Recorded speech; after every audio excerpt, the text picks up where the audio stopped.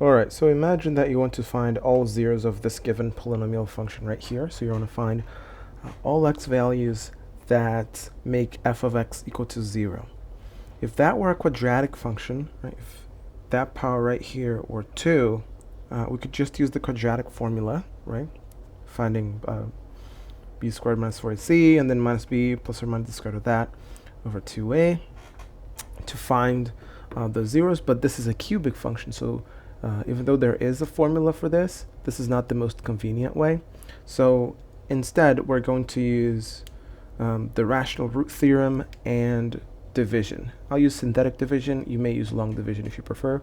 That won't alter the result of the problem. So let's see. I'll start by listing, writing down the rational root theorem. I'm not actually going to write the theorem, just write its name out to indicate that I'm using it.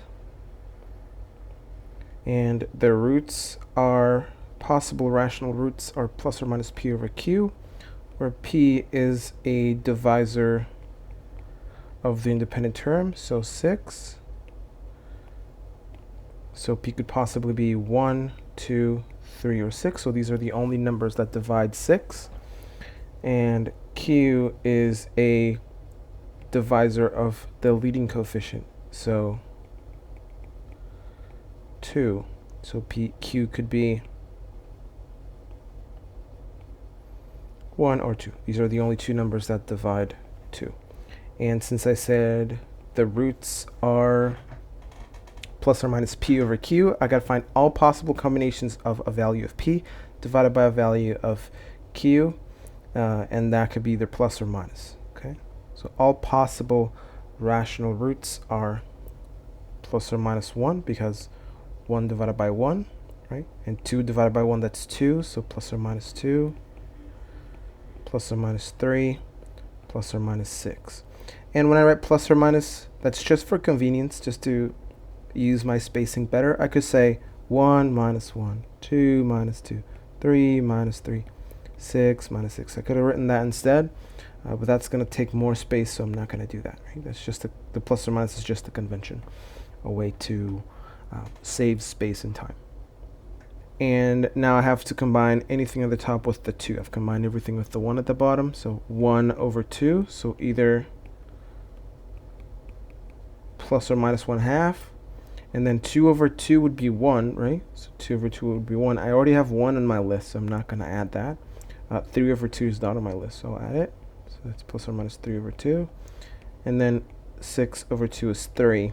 So I already have 3 on my list, so I'm not going to add that. So these are all possible rational roots. So there are, 1, 2, 3, 4, 5, 6 positive rational roots that are possible, and 6 negative rational roots that are possible. Whatever rational root I have is going to be one of these. But I still don't know. I still don't know if either of these is an actual root of my polynomial function. So I could just be very unlucky and have that none of them is a root. What I want to do then is perform a division, a synthetic division, by x minus 1 of those roots to see if the remainder of my division is 0. In that case, that is an actual root. But what do I start with, right? So I'll set up my synthetic division.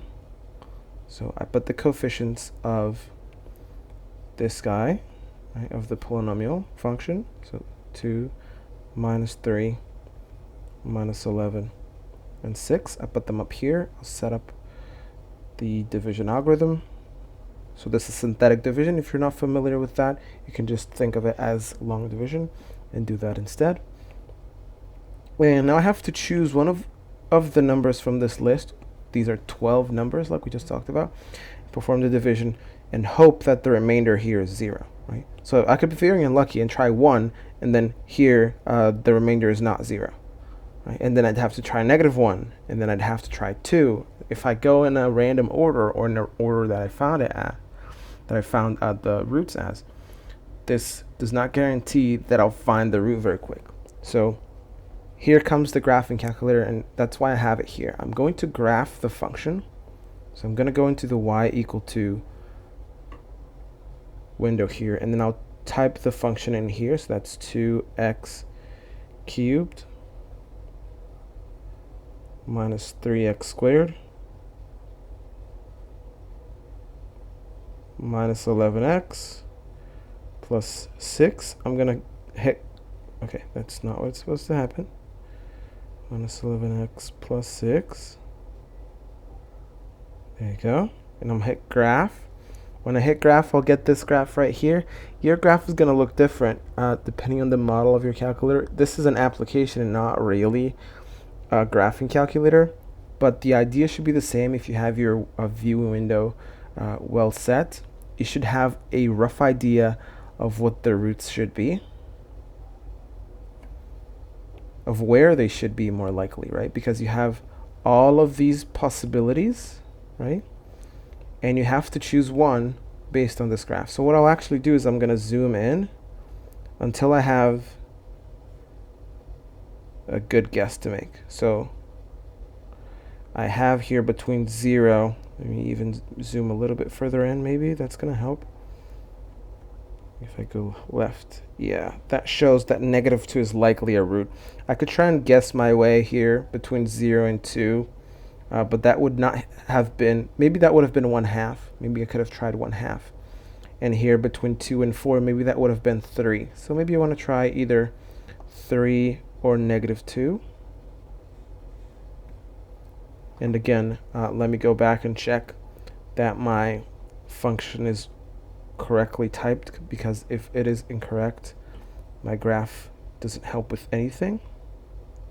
Yeah, I have the plus 6 there at the end. So I will try the -2 because it looks like -2 makes it work for me. So I'll try -2. So I'll put -2 in here. That's a choice that I made from the graph. And then bring it down. That's a 2. Multiply these. That's a -4 that goes in here. Add these two. That's a -7. Multiply these. That's a +14.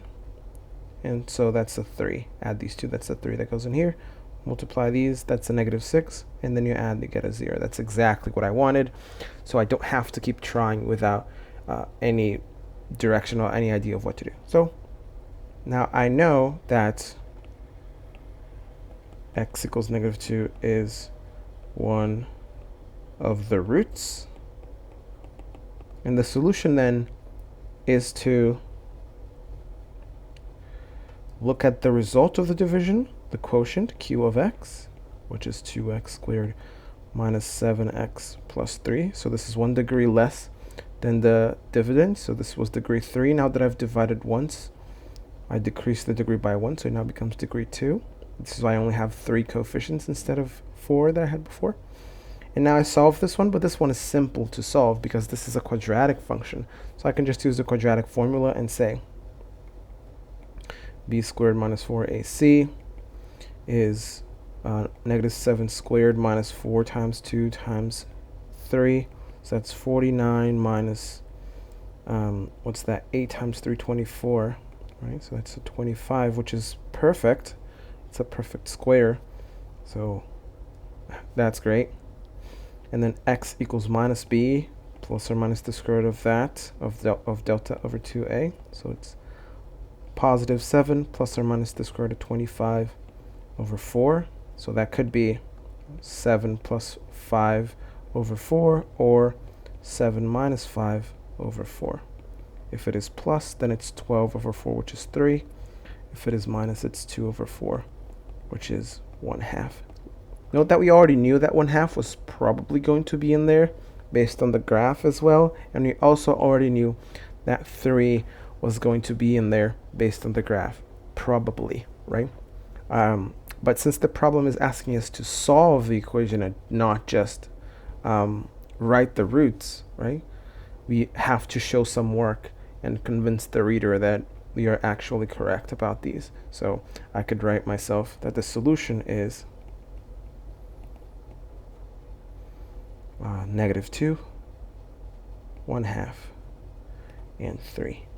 This is the solution to this. And no, if I try and rely on my graph every single time, I'm going to have a very hard time when these solutions are not rational. So if the solution here was a complex number, like 3 plus I or something, then that wouldn't show up in the graph. So just looking at the graph would not help. So this method could work even if the solutions are complex, right? So I hope this clarifies what you need to do to solve this type of question.